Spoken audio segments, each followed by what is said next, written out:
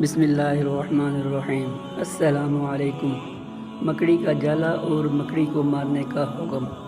کسی ساحل نے سوال کیا کہ مکڑی تار کے اوپر جالا بنا لیتی ہے اور اگر ہم اس تار کے اوپر کپڑے لٹکا دیتے ہیں تو اسے ہمارے کپڑے ناپاک ہو جائیں گے، یا پھر گیلے کپڑوں کے اوپر جالا بنا لے تو اس سے ہمارے کپڑے ناپاک ہو جائیں گے کیا؟ نیز مکڑی کو مارنے اور اس کے جالے ہٹانے کا کیا حکم ہے شریعت میں؟